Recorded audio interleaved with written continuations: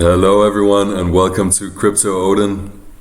This is the third video I'm making now and I'm pretty excited about it. It's an interesting story, very disruptive movement within the cryptocurrency sphere, which is namely that Binance is starting to offer or providing a facility of lending your cryptocurrency out at really amazing interest rates. Can I just add 15% on BNB, 10% on Tether, and 7% on Ethereum Classic. Crazy stuff.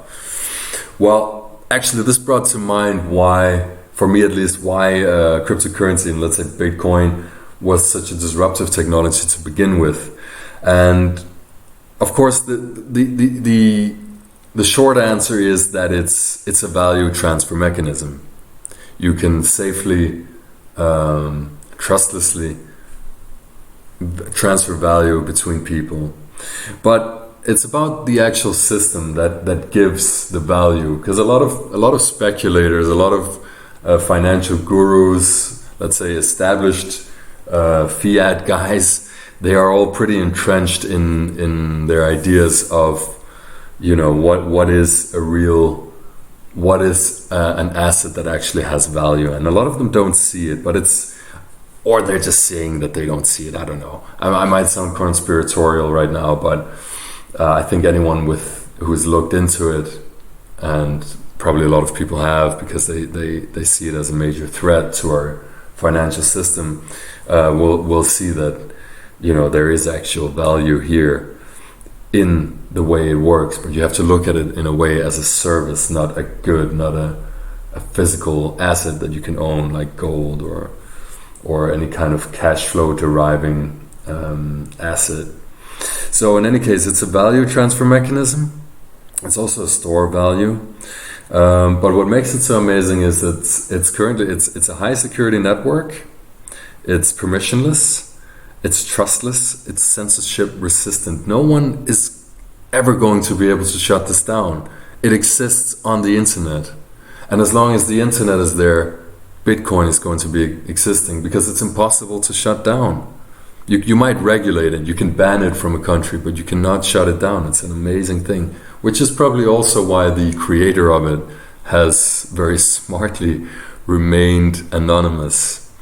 By the way, I have some ideas of who it is, and yeah, mind-blowing stuff, but I'll get into that in another video. So in any case, we have a digital asset, a new digital asset that's a major threat to the traditional banking system and financial system. You have like this holy trinity in the world of cryptocurrencies, and it's about striking the right balance between these three things. So the three things are: 1, security; 2, decentralization; and 3, scalability. And of course, this is some new technology. It's still being worked on, especially the scalability issue, but it is an extremely secure network, I've been told. It is pretty decentralized, although there are a lot of large wallets that hold a buttload of Bitcoin. So it's actually a relatively concentrated. But of course, as the price rises, they're going to be distributing this, so it will become increasingly decentralized with time, but we have to be a little bit patient there. In any case, I think the second step of cryptocurrency, like the second issue of why it's such a disruptive force, was Vitalik Buterin's idea of programming smart contracts into the blockchain, which he successfully did with the Ethereum blockchain.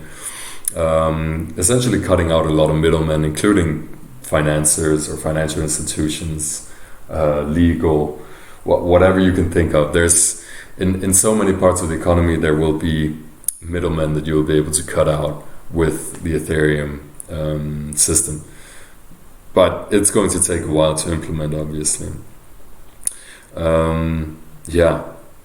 Now, what's the third part now is that our cryptocurrency companies, exchanges apparently, and lenders are starting to say, hey, you know what, you can lend out your cryptocurrency. So it's a lending borrowing facility now, which is also obviously encroaching big time on the financial industry.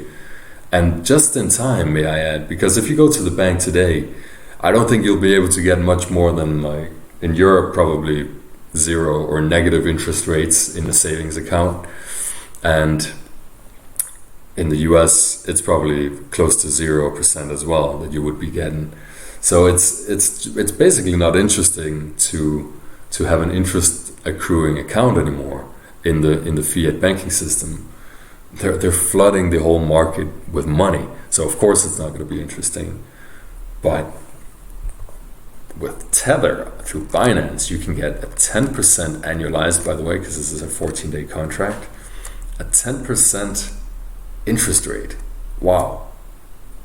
There's a maximum lot size. Let's say you put in 10,000 lots. That's equivalent to $1 million.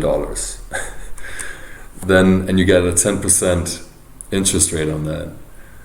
That is on a yearly basis. Of course, this is only 14 days, but on a yearly basis, that would accrue you $100,000. Absolutely insane. If you compare it to the banking system, the fiat banking system, where you can get 0%. It's a crazy thing.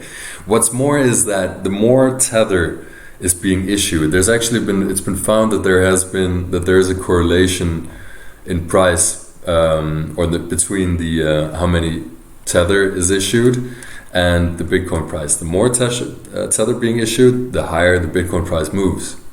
So that's kind of nuts. So this is in a way an incentive for people to, well, invest in the cryptocurrency space, get Bitcoin to increase in value. It's also providing for Binance, of course, and that's probably the main reason. I mean, Binance lives off trading fees, so they want as much trading volume as possible. They like a good bull market, obviously, because people are trading a lot. But there's much lower trading volumes in a bear market. But they do want to give. They will be able to capitalize on people shorting as well as going long. And of course, when you short, you're actually borrowing. You're borrowing the token or whatever instrument it is you want to short. So you're actually borrowing it, and then with cash you buy it back later at a later date. So you sell it first. You borrow X amount of let's say BNB. 100 BNB you borrow, you sell it on the market, you get a certain price, and then you let some time go by, and hopefully if you're right as a short seller and the price has decreased, then you can buy the same BNB, the 100 BNB, you can buy it at a lower price at a future date, and then you will have made a successful short trade. And of course you give back the 100 BNB that you borrowed in the first place, and you give an interest on that. Of course, that's how shorting works. That's how shorting works on an exchange as well, on a normal on a stock exchange with leveraged trading. So this is actually giving, let's say, more liquidity into the system, and it's giving more trading volume for Binance. Interesting stuff. But of course, what is the implications behind this? Well, it could be that, let's say it's an interesting theory, because the central banks are all cutting rates, and you can get negative or probably around 0% interest on your savings in the bank. On Binance, you can get 10% on Tether, so you don't even have to speculate, because of course you could buy 100 BNB and lend it out and get 15% on it, sure, but what if the BNB price falls from 21.38 down to $10? Well, you will have lost a lot of you will still have the same amount of BNB, but you will have lost out in dollar value. And it's not that interesting. So yeah, let's say that you can go and get a 10% interest rate. This is a crazy thing. Huge yield. And the central banks they're just pumping money into the economy, and they're getting negative. You're getting negative yields. Unbelievable. And so what is the incentive then for someone to borrow money in the normal fiat system? Well, of course you get negative interest rates. So you actually get, if you borrow money, you get paid to take the money.